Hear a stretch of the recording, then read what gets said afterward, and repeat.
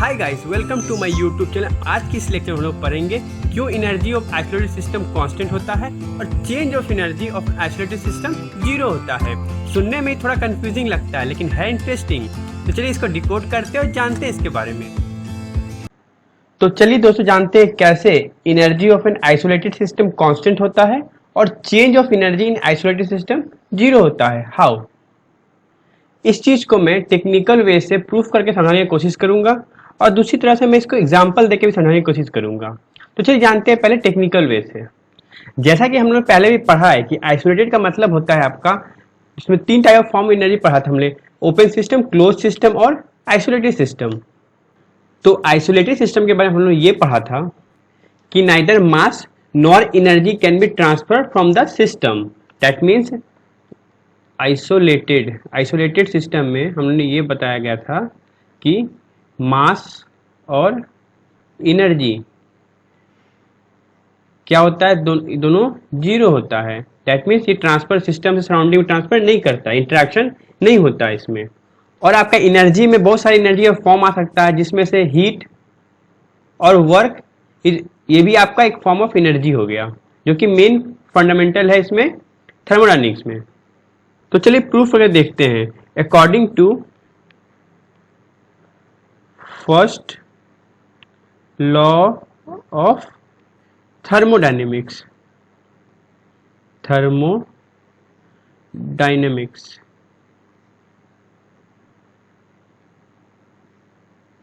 तो first law of thermodynamics क्या कहता है आपका formula? That is Q equals to change in internal energy plus work done. ठीक, ये आपका फर्स्ट लॉ ऑफ थर्मोडायनेमिक्स का फॉर्मूला है। तो हम लोग कंसीडर कर रहे हैं आइसोलेटेड सिस्टम। क्या कंसीडर कर रहे हैं? Isolated system. That means heat और वर्क दोनों का दोनों आपका क्या है, जीरो हो जाएगा। क्योंकि यहाँ पे मैंने बताया था आइसोलेटेड सिस्टम में क्या होता है, एनर्जी ट्रांसफर आपका नहीं होता है, दैट इज जीरो होता है। दैट मीन एनर्जी में फॉर्म में क्या आ जाएगा, हीट एंड वर्क, जो कि आपका जीरो हो गया। तो इस केस में क्या हो गया, सिर्फ बचा आपका delta E, that is internal energy. तो यहां से आपका एक चीज तो प्रूफ हो जाता है कि change of energy in isolated system क्या है, जीरो है। जो कि ये डेफिनेशन प्रूफ करता है क्या, कि चेंज ऑफ एनर्जी किसी भी आइसोलेटेड सिस्टम में क्या हो जाएगा, आपका जीरो हो जाएगा। ठीक है, यहां से तो ये प्रूफ हो गया। अब देखते हैं यहाँ पे इंटरनल एनर्जी का चेंज इन इंटरनल एनर्जी क्या होता है। चेंज का मतलब होता है इनिशियल टू फाइनल के से मूव करा एनर्जी, या तो काउंट करेंगे कैसे, फाइनल माइनस इनिशियल। तो इसको इस तरह लिखा जा सकता है, चेंज इन एनर्जी को हो जाएगा आपका internal energy final minus internal energy initial is equals to zero. तो internal energy final is equals to internal energy initial. तो इस केस में क्या हो गया आपका, जो भी एनर्जी फाइनल स्टेट में होगा वही सेम अमाउंट ऑफ एनर्जी क्या हो जाएगा आपका, इनिशियल स्टेट में हो जाएगा। तो इस केस में हमारा क्या डिफाइन हो जाता है कि एनर्जी आपका क्या होता है, इनिशियल और फाइनल स्टेट तक क्या होता है, कांस्टेंट होता है, सेम अमाउंट ऑफ एनर्जी होता है, ट्रांसफर होता है। दैट मीन्स ये हो जाएगा आपका E के बराबर हो जाएगा। इससे ये डिफाइन होता है आपका क्या है, कि एनर्जी क्या है आपका, energy in isolated system is constant.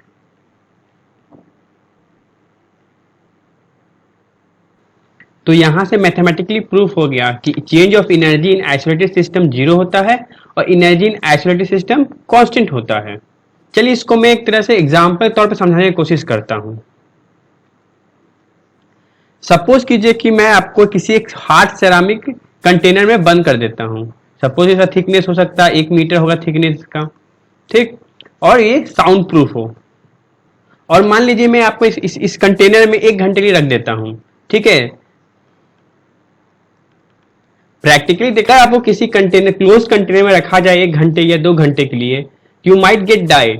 But अगर हम लोग इसका एक्सपेरिमेंटल पॉइंट ऑफ व्यू देखा जाए तो उस कंडीशन को हम लोग निगलेक्ट करते हैं ताकि ये वर्किंग कंडीशन में ला सके। ठीक है, तो बेसिकली 1 या 2 घंटे के इंटरवल हम लोग चेक करेंगे कि आपके अंदर जो एनर्जी और वर्क डन जो कीजिए इस क्लोज रूम में, उसमें क्या इफेक्ट आ रहा है, क्या चेंजेस आ रहा है।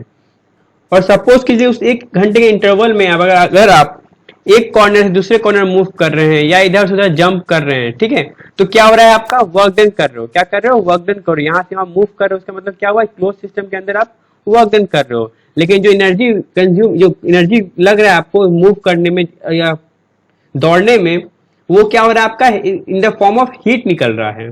और कोई दूसरा शख्स बाहर रूम के कंटेनर के बाहर खड़ा है, आप ठीक है, और कोई दूसरा शख्स कंटेनर के बाहर खड़ा है और वो कोशिश कर रहा है आपके आवाज को सुनने का या आपके मूवमेंट को ऑब्जर्व करने का, जो कि वो कर नहीं पा रहा है क्योंकि ये बहुत हार्ड कंक्रीट थिकनेस बहुत बड़ा 1 मीटर सपोज कर लीजिए है, ठीक है, और साउंड प्रूफ है।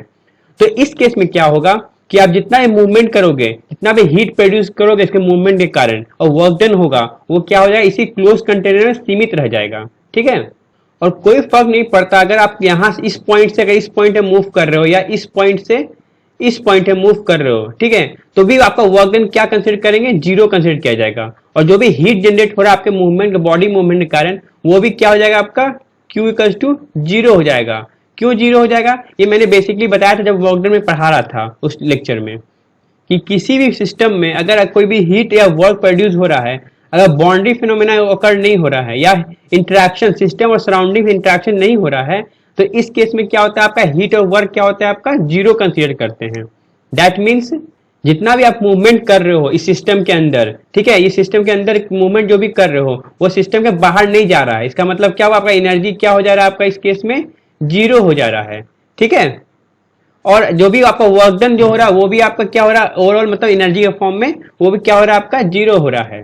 और एक और बात कि पूरे सिस्टम के अंदर क्लोज सिस्टम के अंदर में ओवरऑल एनर्जी जो आपका है वो क्या है कांस्टेंट है, चाहे इस पॉइंट पे जनरेट करो, इस पॉइंट पे जनरेट करो, इस पॉइंट पे जनरेट करो या कहीं भी जनरेट करो, ठीक है, क्या हो रहा है पूरे क्लोज सिस्टम में आपका एनर्जी क्या है कांस्टेंट रह रहा है।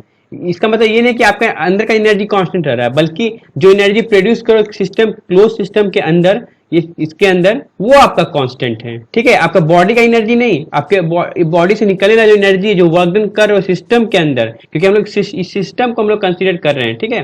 तो इस केस में क्या पूरा एनर्जी आपका पूरे क्लोज सिस्टम में क्या है कांस्टेंट है, चाहे आप यहाँ पे आके काम वर्क दौड़ो या यहाँ पे आके कूदो या चिल्लाओ या यहाँ पे आके चिल्लाओ, तो क्या हो रहा है आपका हर जगह पर एनर्जी क्या है कांस्टेंट है। क्यों, क्योंकि एनर्जी का जो मूवमेंट है ना वो इनिशियल और फाइनल स्टेट क्या है इसी पोजीशन में एक ही जगह पे है, इसके कारण क्या हो रहा है आपका एनर्जी कांस्टेंट हो रहा है और चेंज एनर्जी आपका जीरो हो जा रहा है। ये तो वही बात हो गया ना, सपोज कर लीजिए आप किसी घर में अपने घर में बैठे हो और घर में आप कुछ भी कर रहे हो, ठीक है, या कूद रहे हो फान रहे हो, अगर आपका आवाज आपका एनर्जी या आपका मूवमेंट अगर आपके पड़ोसी को पता नहीं चल पा रहा तो इसके केस में क्या होगा, पड़ोसी आपको क्या समझेगा कि आपका घर एक सिस्टम हो गया और सिस्टम के अंदर कोई मूवमेंट नहीं हो रहा है। दैट मीन्स मूवमेंट नहीं हो रहा है, इसका मतलब क्या होगा घर क्या है आइसोलेटेड सिस्टम में चला गया है। क्यों, इस नेवर के ये रिस्पेक्ट में आपका घर क्या है आइसोलेटेड सिस्टम है, क्योंकि वहां पे ना ही कोई वर्क हो रहा है ना ही कोई एनर्जी इंटरेक्शन हो रहा है बाहर से, ताकि बाहर के लोगों को पता चले कि कुछ मूवमेंट हो रहा है कि नहीं हो रहा है। तो नेवर के आपके घर के नेबर के रिस्पेक्ट में क्या हो रहा है आपका घर क्या है आइसोलेटेड सिस्टम पे आ जा रहा है। उसी तरह इस बॉक्स में वही चीज हो रहा है। तो आई होप आपको समझ में आया होगा कॉन्सेप्ट की change of energy in isolated system zero होता है और energy of an isolated system constant होता है। अगर आपको हमारा लेक्चर अच्छा लगा तो प्लीज़ लाइक करें, कमेंट करें और शेयर करें इस इन्फॉर्मेशन को अपने दोस्तों के साथ। और हाँ, सब्सक्राइब करना ना भूलें।